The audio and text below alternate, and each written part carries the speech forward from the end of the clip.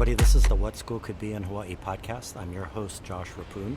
This is the second episode of our On the Road series, and we're here at the Leading Schools of the Future conference, which is the pre-conference for Schools of the Future 2019, which is put on by the Hawaii Association of Independent Schools and the Hawaii Society for Technology and Education. Here at this pre-conference day, Leading Schools of the Future, I have the chance to talk to Luke Ritchie, who is the school director, Luke? Yeah, head of school. Head of school at the Annesley School in Australia. Which city in Australia? Adelaide, beautiful city of Adelaide in South Australia. That's awesome. So he's here for the conference, and we are privileged to have the opportunity to talk to him. So Luke, talk to us about the school that you are head of. Let's start with, what is the vision of your school? So Josh, we are absolutely committed to nurturing creativity and curiosity in children, and have got a commitment to ensuring that they're taking genuine action at a global level. So that's our vision in a nutshell, and it drives everything that we do at the school. Awesome. So that people can distinguish between vision and mission, how is your mission different from your vision? Bit of a broader statement, but this is a really interesting thing that you raise. I've been chatting with a prominent school leader in Australia at the moment around vision and mission and whether you need to have both. So we're about to move into our next phase of strategic thinking as a school. Right. And I think that's going to be at the forefront of our conversation. Do you need to have a vision and a mission, or is a succinct vision enough? And what is the mission? Well, our mission, the mission's a bit broader in that it touches on being committed to our partnership with parents. We're a Christian school, have been for nearly 120 years, so it elaborates on that as well. Mm-hmm. Yeah. So if you were to boil down your vision and your mission to, you know how people do this, right? Down to like 3 or 4 words. Yeah. What would they be? Strengths, passions, and skills. So everything that we do is developing in our adults, in the children at the school, their strengths, their passions, and their skills, so that they can make a genuine impact. And your school is K-12? No, just an elementary school. Oh, it's just elementary. So we start with 2-year-olds. Oh, okay. And we go up to, say, 12-year-olds, starting year 7 next year at the school. Wow, and you're working on strengths right out of the gate? Absolutely we are. Right. Yeah, some of the most creative thinkers in our school are our 2-year-olds. So I'm going to ask, in a second I want to get to a little bit more about your school and about what happens at your school, but let's talk about strengths for a second. And thinking about the idea, strengths, and also creativity and innovation, imagination, which we all talk about is there with young kids, with elementary school kids, but seems to somehow get trained out of them along the way. It's all crushed out of them. Yeah. So what, this may seem like a weird question, but what do you do to try to ensure that does not happen when your students graduate, if you will, from elementary school? Yeah, absolutely. The best time in our school week, if you ask any of our students, is what we call enterprise time. It's a time where teachers have identified their strengths and their passions, the children in the school have identified their strengths and their passions, and they collaborate in multi-age groups together on meaningful projects. Wow. And it's just the best time in the week. So engagement is at an all-time high, as you can imagine, because everyone is buzzing around something that they love. So walk us through how that works. Like, let's say I'm the young student and you're the teacher. Like, how does that process work where we end up kind of in the same space because of the choices that we make? Yeah, absolutely. There's a space called the Crunchy Cafe, and Josh, I'd love to take you to the Crunchy Cafe. I can't wait to come to Australia to see the Crunchy Cafe. The Crunchy Cafe is brilliant. It's the former cafe from when we had a boarding school at our school. Okay. And it's been given to a group of our students who are passionate about creating and selling products. Right. And so they've got their workbench there with just items everywhere that they're madly making, from finger puppets through to creating little seeds that they're selling, so people can take them home to grow them in their veggie garden. And there's teachers in there that have got similar passions, and they're working together. They're also developing a business plan so that when they can actually sell their products, when they open their shop, and they do on a regular basis, that they're making an income, that they're making a profit, and they do on a regular basis, it's then reinvested into their business. Right. So you've got 5, 6 and 7-year-olds who are learning the fundamentals of running a business in a meaningful way. Okay. So just by way of comparison, and I'll do it through a story, one of the individuals here at the Leading Schools of the Future conference is a principal at Waimea Canyon Middle School on the island of Kauai. It is the westernmost middle school in the United States, Wow. but not the westernmost elementary school, because there's one a mile down the road that's further west. But I had Melissa on an earlier episode, a podcast episode, and she's been developing something there at her middle school called 20% time. So the way that she did it was essentially to carve out 20% of every day for 20% time, which is a lot of time. It is. Not just once a week, but actually every day. Yeah. And then connecting with a national or global website around major global issues, like there are 17 major global issues, including life underwater or peace and social justice, things like that. Yeah. And then blowing out the whole notion that you had to do it by grade, that it's just 6th, 7th, and 8th graders together. And so the kids self-select to a theme, and they get the 20% time, but the teachers also self-select to that theme. So into the room every day comes the kids who want to be there and the teacher who wants to be there, and they spend that 20% of every day working on trying to solve these global issues. In what ways is that similar to what you guys are working on at your Big elementary? similarities. Very similar. Very, very similar, but in an elementary context. Okay. And we're probably doing it for about an hour and a half to 2 hours of our week. Right. But our goal is to grow that because it's been successful. Right. And since we've implemented this, we've seen significant growth in our national testing results. Now, I'm not an advocate for national testing Right. in any way, shape or form, but it's an interesting measure. Our results were released last week. And we've seen an increase in our academic results for numeracy and literacy in Year 3 and Year 5 Right. since we have been devoting time to letting children be kids, to have fun, to climb trees, to work on projects aligned with their strengths and their passions, and now all of our students are at or above national average in numeracy and literacy, which is a wonderful correlation between the fact that if you let kids be kids, Right. if you encourage them and you support them, you give them the resources, that they will flourish as learners. So if you're not spending time preparing these kids for the tests, or not the kind of time that other schools might be spending if they're really focused on these results, to what do you attribute their success in navigating these standardized assessments? Well, I think they're learning the skills in meaningful ways. So it's not sitting there doing a paper test in preparation for a paper test. Right. It's taking them out into the forest for a day, and it's saying, all right, we're going to learn about collaborative problem solving. You're going to need to be a mathematician in the forest in order to solve this problem. Right. Which mathematical skills you need to use and how do you need to use them? Hang on, let's bring 2 or 3 adult outside experts in, a mathematician, for example, who we had recently hiking in the forest with our Year 5s. Right. And he was talking, he was having these great conversations. We actually had it was amazing. We had one of Australia's leading educationalists, Luca Parry. We had an academic from the University of East London. Yeah. We had an innovation expert.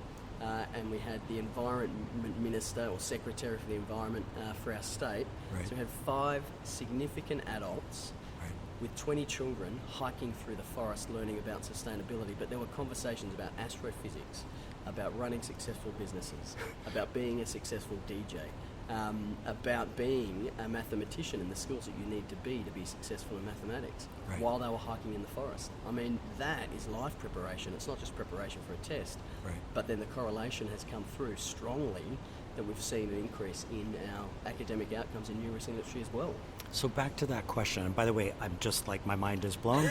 I want to go back to elementary school, because to go on a hike with a mathematician would be just, seems like a remarkable experience. Brilliant. And throw in an astrophysicist or something and the like Minister that. for the Environment as well. Right. Yeah.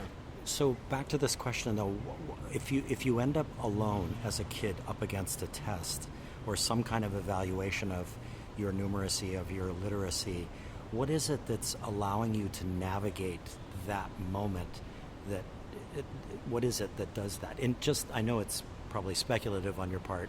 Yeah, well, what do you think it is? It is, but personally I think if you've got a broader view of yourself as a learner other than just, I have to answer these 20 questions, Yeah. if you know how to be resilient in your learning, if you know that when you hit a question in a paper-based test Yeah. that you don't know, you know how to respond because you've been trained to handle pressure, to be Right. resilient, to bounce back, hey, you can skip that, you can come back to it. Right. At the end of the day, you also know that your worth is not measured upon those 20 questions in a paper-based test. Your Right. worth is measured on something much more meaningful. you know that the head of your school is more interested in you being a creative problem solver, in being a collaborator who's in a dynamic way working with a global expert like Yong Zhao, for example, on a meaningful project. Right. If you know that that's where the value sits, I think it takes the pressure off the paper-based test. Right. Whereas if you're having a paper-based test in preparation for a paper-based test and the spotlight is put on that paper-based test, Right. the pressure's amplified. Right. Yeah. So you've come into Annesley School. Did I say that correctly? Annesley, you've done right? well. I've done well. So you've come into Annesley School actually as a transformative change agent.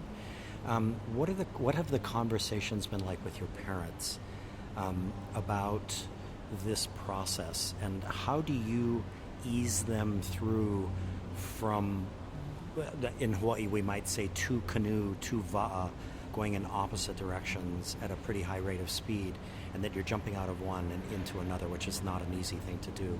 So as a parent, I'm concerned that I'm jumping out of one canoe and into your canoe, and that the waters in between can be pretty treacherous. So what are those conversations like with your parents? Yeah, we've had the majority of our parents absolutely buy in to what we're doing. We've had over 300% growth as a school in the last 2 years. So growth in numbers of students? Growth in enrolment numbers. So Wow. the fastest growing was in the state paper last week. Yeah. We're the fastest growing independent school in South Australia. Right. So our product that we've put to the market, people are responding. Right.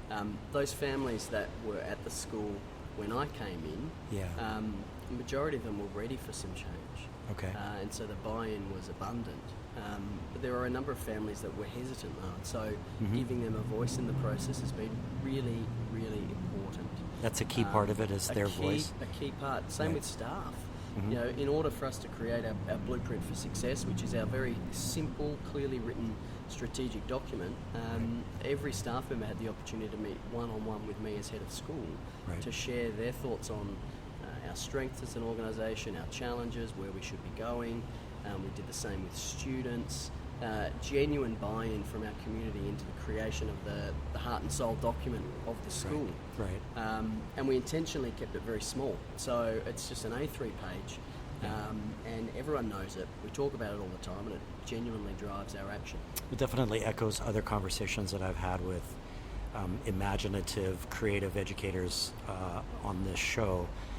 That similar theme of, if you're going to go through transformation, you do so at your peril if you don't include the voices of your parents, of your stakeholder community. If you're just going to impose it and ask them to accept it, then you're going to be in trouble. And we've looked to groups outside of education to give us meaningful data to support our change. Such Groups as? like Deloitte, PricewaterhouseCoopers, big consulting firms who have done a lot of work in the space of future skills.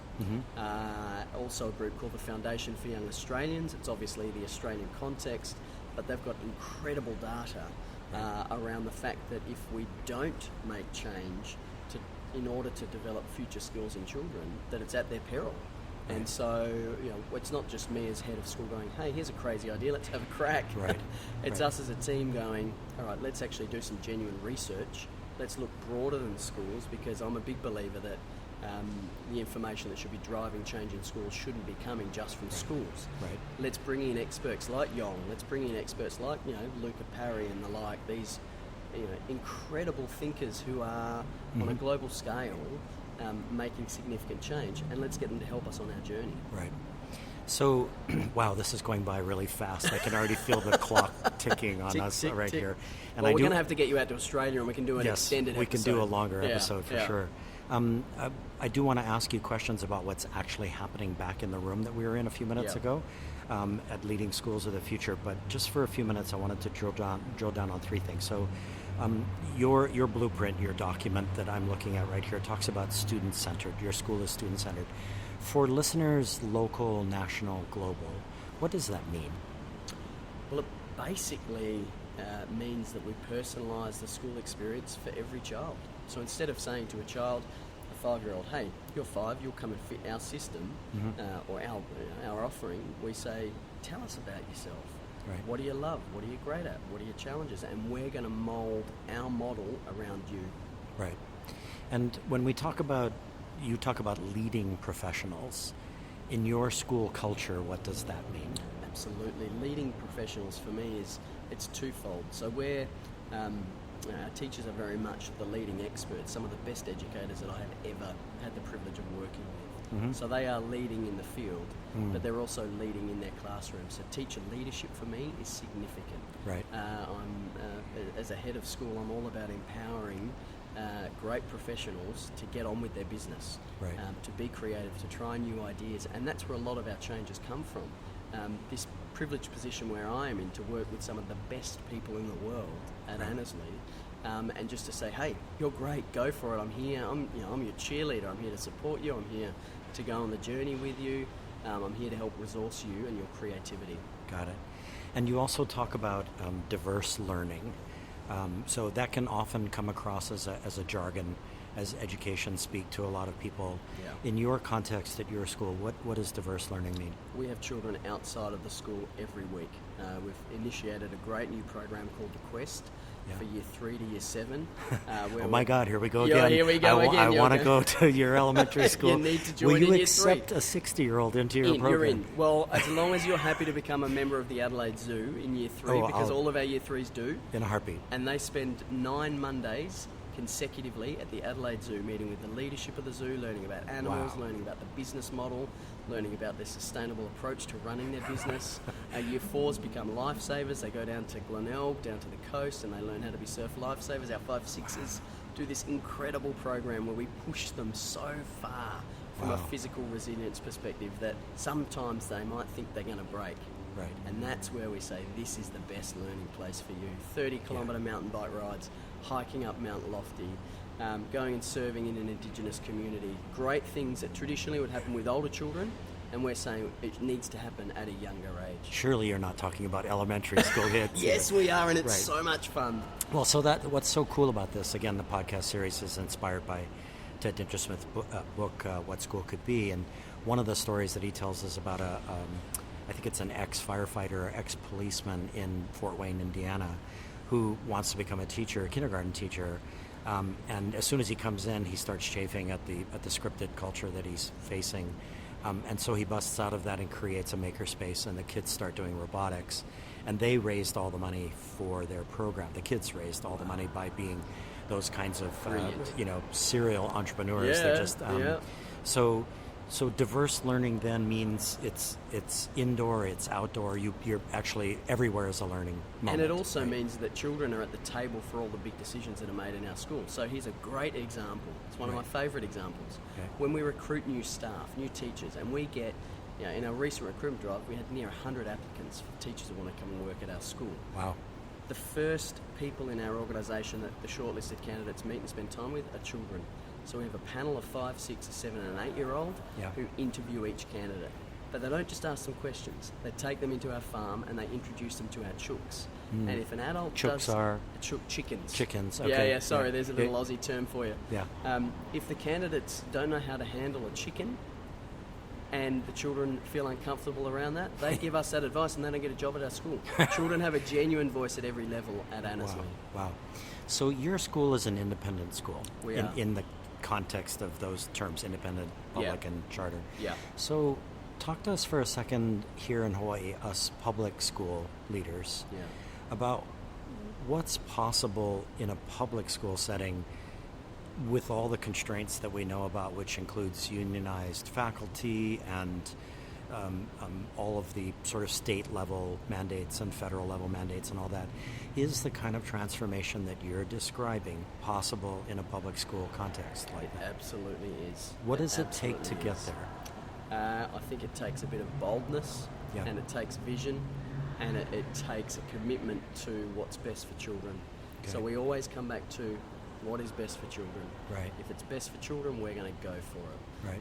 And a lot of the things that I've spoken about and the work that we're doing, say with enterprise time where children are working with adults on strength-based projects, they don't actually cost any more financially.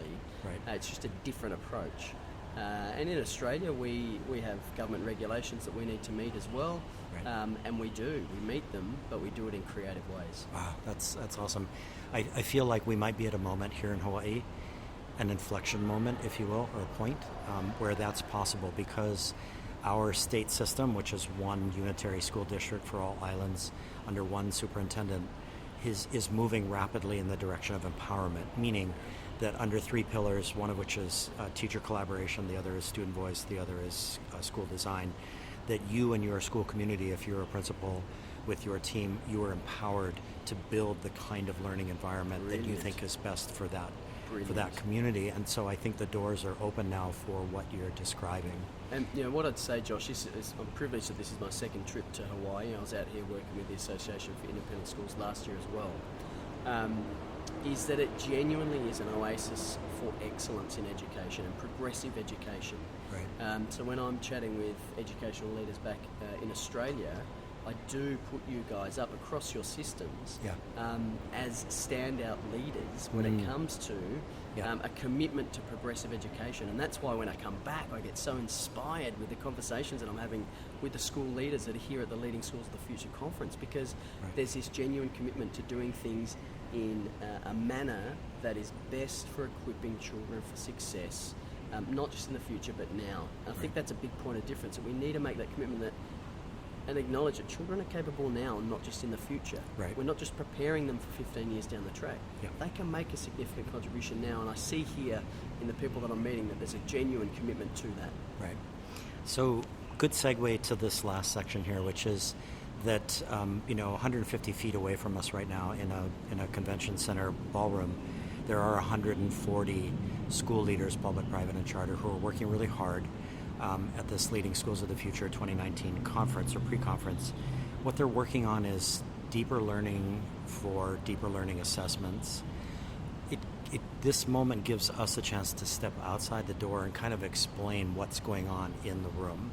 So what is happening in the room for these folks? The room was buzzing, wasn't it? It sure was. Absolutely buzzing. One of the reasons why I think it was buzzing is because we did something very different this time. We didn't start with a keynote. We started right into the work. Around round tables, people working in teams and all that, and I think that was a great breakout. I love how the facilitators set it up as a day-long conversation. So the way that they've structured the day is that it's not disjointed whatsoever. You're not jumping from a keynote to a bit of planning to a keynote to a bit of planning. Right. From the outset, there were 4 steps for the day. It was clear. Multiple people have tweeted about that, and there's some great slides on Twitter already that have been shared publicly, which I love. Right. But it has been about thinking about your current context. Thinking about what you aspire to, and thinking about meeting with experts, and there's 14 experts from across the states that are investing in, and I'm out here from Oz, which is amazing, investing into that aspirational element of what people are wanting to achieve. And now people are making concrete plans to take back to their school community to inspire and challenge and share. But again, it's all around, and there's this incredible commitment. It's all around what is best for children. Right. So what is this really thorny, difficult problem of deeper learning? Why is deeper learning, at least at this point in 2019, still a bugaboo to people, and especially with regard to deeper learning and assessments? Well, I think we're kind of stuck between this, it's called the ATAR in Australia, where you get a number for your year 12, your final year at school, you get a number for your score, and then that number dictates what your next step is. We're trapped, we're in an exciting time, but I feel we're kind of trapped between that style where we're doing standardized tests that punch out a number, to this other exceptionally progressive, and this is where I sit in my philosophical thinking around education, is that there are much more effective ways to measure personal growth and to empower someone for their next step after school. And I think there's a real battle between parents who have grown up in a system where they get a number and they're wanting the best for their children, to this system where some leading educators are saying, well, there's a better way of measuring growth and the depth of learning. But there's a battle because if people aren't used to something, sometimes they find it challenging to go down that path. The canoe analogy that you've talked about. Jumping out of one. I think the canoe at the moment, the 2 canoes, are in a bit of a storm in this element. For sure. Yeah. So it seems really interesting because I think the 140 who are in the room have essentially made the commitment that they have to make the leap. And now they're grappling with the tools. They're grappling with the, as I've talked about with other people, when you go on a voyage and you're on a canoe, you got to deal with the beans, the jerky, the water bottles, the rice. You Yeah. have to get all your supplies, and I'm struck by that what's happening in the room is that they're gathering the supplies from each other. Yeah. Have you experienced that, or did you experience that when you went through your development at Annesley School? Is that kind of the process as Yeah, well? we're still on that journey. Yeah. We'll never arrive. So the beans and rice and jerky is a daily discussion. It's a daily discussion. Right. And there are frustrating moments, Right. I work with the best people and we get frustrated because sometimes we like it all done now. Right. But the change journey and the journey of building capacity in an organisation is an ongoing journey. And so I think we'll always as a school be on the two canoes and gathering and collecting and changing because, what is driving us is this commitment that children are capable now, not just in the future, and we want what's best for them. Do you ever feel like at your school that there are dicey moments where you might, or some members of your faculty might feel like it's easier to slip back into punching out the number? Absolutely. They do. And so does getting through those moments mean that you have to stay locked on mission and vision?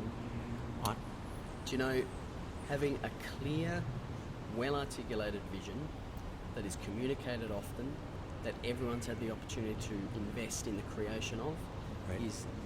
it's the most paramount thing when it comes to significant change in an organisation. Right.